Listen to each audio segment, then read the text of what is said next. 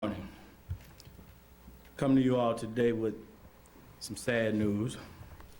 Early this morning at approximately 1:38 a.m., an off-duty Chicago police officer was critically shot in the 200 block of East 37th Street, just 2 blocks from where we are right now. 25-year-old officer was driving with a female companion when they noticed a black Toyota following them, at which time they called 911. An offender inside the Toyota fired shots at the officer's vehicle and struck the officer in the head. Officers conducting a traffic stop nearby heard the commotion and responded immediately. Off-duty officer recently underwent emergency surgery and remains in critical condition at the University of Chicago Hospital. I first want to ask you all for your prayers for this officer who has been a Chicago police officer just 2 years. I'm also asking that anyone who knows anything about this incident to call Area Central Detectives at 312-747-8380. Tips can also be made anonymously at cpdtip.com. The officer who is battling for his life right now worked in the 6th District. This is the same district where his father worked. I worked alongside his dad, who retired in October. It's also where my son now works and worked alongside this officer. So this incident has a significant impact on me personally, and I want to remind all officers that CPD's professional counselors are available 24 hours a day. Officers can also reach out to our Employee Assistance Program at 312-743-0378 if they feel the need for peer support. Detectives are continuing to investigate this tragic situation, and I can tell you that the female occupant of the vehicle was not injured in the attack, and she is cooperating with the police. Private video camera footage also captured part of the incident and is being reviewed right now. No offenders are in custody at this time. After being fired upon, the off-duty officer's black SUV knocked over a stop sign, sideswiped a fence, and collided with a tree before coming to a stop outside the Ida B. Wells Preparatory Elementary School. This tragic event reminds us that Chicago police officers are not immune to gun violence that affects our city. CPD officers live in Chicago. We send our children to school here. We play in the parks near our homes, and we eat in the restaurants in our neighborhoods. Chicago police officers are part of the fabric of this city, and this goes beyond the time when we're wearing our uniforms and badges. So the same gun violence that affects those living in our communities affects us also. Now, I have no doubt that this officer has seen his share of gun violence while working in the 6th District. Illegal guns have had a significant impact on a lot of neighborhoods in this city. Today, the same violence has left one of our own clinging to life, and my heart goes out to this young man's family and his friends this morning. I also want to offer a prayer to all those who have suffered as a result of gun violence in Chicago. These senseless shootings just have to stop. And I'd like to renew my call for common sense gun laws. I'm also calling for a renewed sense of humanity. We need to put the guns down in the city of Chicago. The shooting that took place this morning simply should have never occurred. You want to know what keeps me up at night? These are the things that keep me up. And I vow to continue to put every effort into stemming the tide on gun violence in Chicago. And I'll again ask that anyone listening to me today with any information that they can share with detectives to please come forward. Now, I've said many times that we need partnership. We need the partnership of the community in solving crime and holding offenders responsible for their acts. So thank you all for your prayers for our officer, your prayers for all the victims of gun violence throughout the city, and your prayers for the city of Chicago that we become a better city. And with that, I'd like to ask FOP President Kevin Graham to come up and say a few words. Thank you, Superintendent.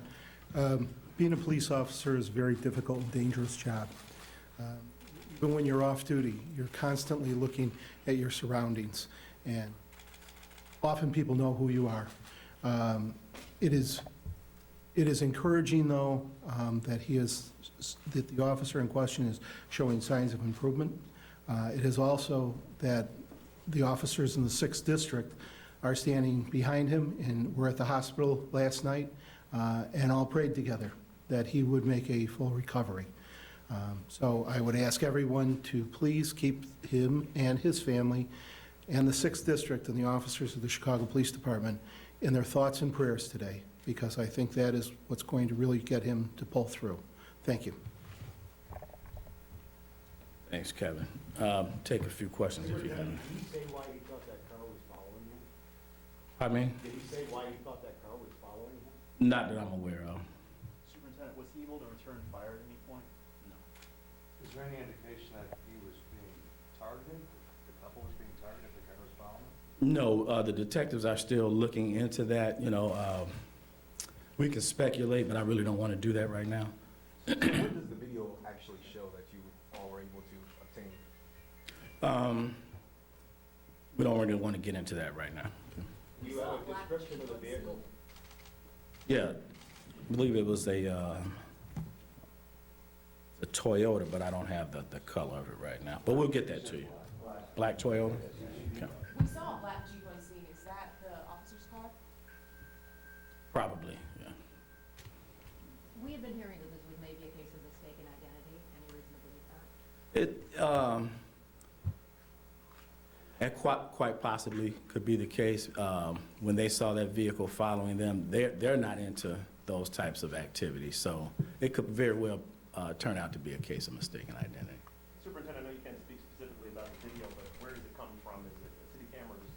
I believe it's a private video. Has the woman said anything about what she saw, what she's aware of? Yeah, she's fully cooperated. That's how we're getting that information. Obviously, he can't tell us that. And I tell you, you know, it's encouraging right now because he is responding to stimuli. So he's responding to verbal communication, and he actually gave a thumbs up. So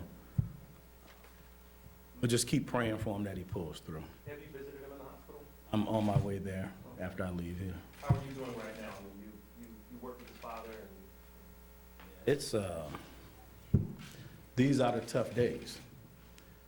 You know, I worked with his dad for many years as a patrolman in 6. You know, I was a patrolman in 6 for 10 years and then went back as a commander. So I have a really good relationship with his father. And then his son comes on the job along with my son, and now they know each other really well and been working together. So it's difficult, you know. But I will tell you all this. Anytime we have gun violence in this city, it's difficult for me personally. You know, all these exempt members that you see and FOP presidents standing up here, we take this stuff personally, you know, and we have to grapple with it every single day. And I've been doing it for 31 years now, and, you know, the folks with me have been doing it for 30 years or more, you know, and it's just, you ask yourself why does this keep occurring? And the simple fact is we just have too many guns in Chicago and too many people willing to use them. That's why I say, you know, I don't blame any particular group of people except the ones pulling the triggers. Those are the individuals that should be blamed, and they get a pass. We will stand up here every day. People would blame the police. They'll blame the state's attorney. They'll blame the judicial system, but they never blame the person pulling the trigger. That's who's responsible for this. That's who should be blamed. That's who should be held accountable. And for some reason, the focus is never on them. And I just don't understand that. I don't. It just seems to me that if we focused as a society on the people that pull the triggers, then maybe we could reduce this a lot quicker. But we choose to point the blame at everybody else except the ones pulling the triggers. We have to create a culture where they will not pick up these guns. Listen, bad guys with guns don't decide to pull the trigger at that moment. They decide to pull that trigger when they leave out of their homes that day with that gun. They're saying to themselves, if I have to pull a trigger today, I'm doing it. That's when they make that decision. So we just have to make it more difficult for them to have a gun. And then if they decide to use it, hold them accountable. There's just no reason that we should be suffering through these illegal guns out here in our streets of our city every day. Superintendent, you've had multiple generations service, Chicago police officers. What did you say about this young man's family and following his dad's footsteps? He did. It shows that they are willing to sacrifice themselves in a life of public service. You know, being a police officer is not easy. It might look easy, but it's not. You know, when I'm out in the communities, it kind of tickles me sometimes because people want to equate what we do with what they see on TV. This ain't TV. This is real life stuff. You know, and the fact that people are still coming on, joining the police department, we're one of the few, and I don't want to jinx us, but we're one of the few major cities that are not having a problem in terms of recruitment coming on the job. So that says a lot about the people that's coming on. They still choose a life of public service. And you know, that family, you know, now, second generation Chicago police officer, that's a testament to how they feel about this city. They're willing to do their part. You know, people always say to me, Superintendent, we want to see change. Well, you can't just talk about change. You have to be willing to be part of the change. You can't wait for other people to change it for you. You have to be willing to do it. And I tell you, we just have to do a better job of parenting our children, our young folks. We also have to do a better job of diving into the root causes of why we keep seeing this violence. But at the same time, if they choose to commit those acts, then we have to hold them accountable.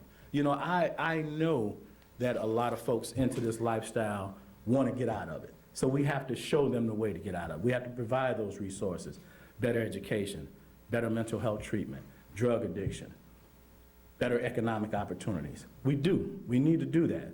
But at the same time, if they go outside of those rules of society, we need to hold them accountable. Are you able to go into more detail about how this officer knew he was being followed and how long after that 911 call did the shooting happen? No, it was seconds. I can tell you that part, but as far as going into details, no. Can you say where the officer was before being in the car at 1:30? Can you describe the 911 call at all? Was he calm? Was he, did he provide? I'm not aware. I haven't listened to the transmission yet. Superintendent, you talked about how we need to blame the people who are pulling the triggers, but I think it was about 5 days ago that Anthony tweeted about how many people had been bonded out after being arrested on felony gun charges. How much of your frustration today comes from things like that? Yeah, that's a frustration also. You know, listen, I've said from the beginning when I became superintendent, I'm not a fan of mass incarceration. Low-level crimes, we have to figure out how to deal with that. And incarceration is not always the answer for that. But the one thing I will not budge on is the fact that when people have illegal guns in this city, they should stay in jail until their court date. Now, I understand the presumption of innocence. I do. I really do. And I'm okay with that.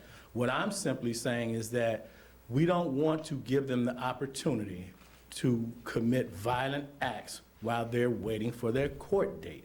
So the fact, like Memorial Day weekend, I think we arrested what? I can remember back. It was either 18 or 36 individuals that weekend.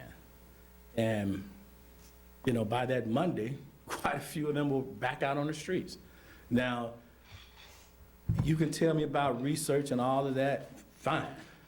But what I can tell you too is that we know that people that commit gun offenses reoffend. And there's just for them, listen, with violent offenders, it's not so much the length of time that they might get for their crime, it's the certainty of it that gets them to stop doing. If they know for certain, if we catch them, then there is a distinct consequence, that's a deterrent. So are you saying every gun offender should be in a no bond status until their court date? If you, listen, we have to get better judicially around here. It shouldn't take 9 and 12 months for somebody to be adjudicated for these particular offenses. But what I'm saying is if you pick up an illegal gun in the city of Chicago, you should not get a get out of jail free card. You know, you just shouldn't, because the violent offenders in this city, we see the chaos that they commit, and we should all be tired of that. You know, I know people have a presumption of innocence, until they have their day in court, and I'm okay with that. But we just have to do a better job of letting these individuals know, if you carry an illegal gun in this city, there will be a consequence for it. Low-level crimes, don't get me wrong, we don't give them just a free pass, but I think we have to make a distinction between violent offenses and nonviolent offenses.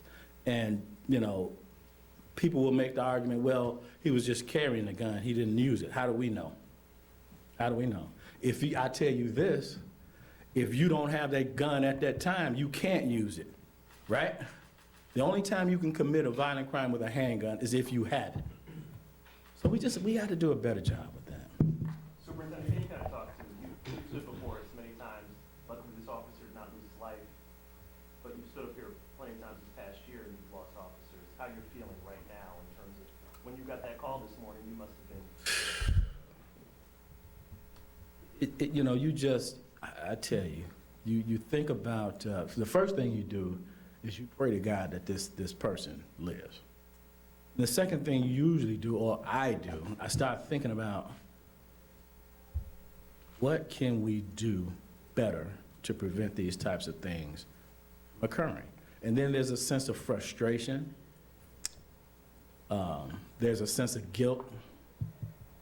And then I think about, what am I going to say? And this doesn't matter if it's a police officer or just a citizen in the city. I think about, what am I going to say to this person's loved ones? That's hard.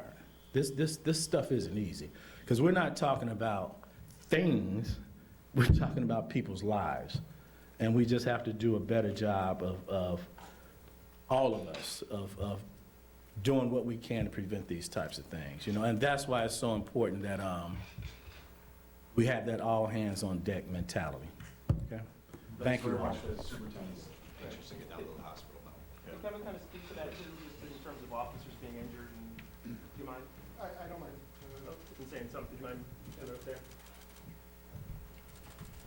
Just, we talked to you plenty of times about this as well, the loss of officers, injured officers. Just FOP's perspective on this. Many of these officers I know, and it is certainly, it tugs at my heartstrings when I have to see these officers in the hospital who are seriously injured, and when officers die in the line of duty, to go and talk to their loved ones who are left behind. It is certainly difficult for both myself and my staff to have to deal with officers when they're seriously injured in the line of duty, and when they're off duty as well. I will tell you this, that peer support is with the family right now. Peer support was out there while we didn't know what was going to happen, while he was still in surgery. We have beefed up, the city has beefed up both the employee assistance and the number of clinicians that they have. And so I think you're starting to see the results of that, because we had people right there on the scene, and we have people with the family right now. So we are working towards that. Does that answer your question? Yeah, Anything else? Okay, thank you. Thank you. Thanks. 25. The officer's 25. He was struck in the back of the head, right side of his head in the back. And how many shots They were sitting on 37th Street between King and Calumet. So they weren't moving. They weren't moved, they were. They were sitting there, they noticed a black Nissan or Toyota circling the block a number of times, and looking at them, and then they started to move. They wanted to move. The female was frightened. She felt her be followed, and when they moved, the black Toyota or Nissan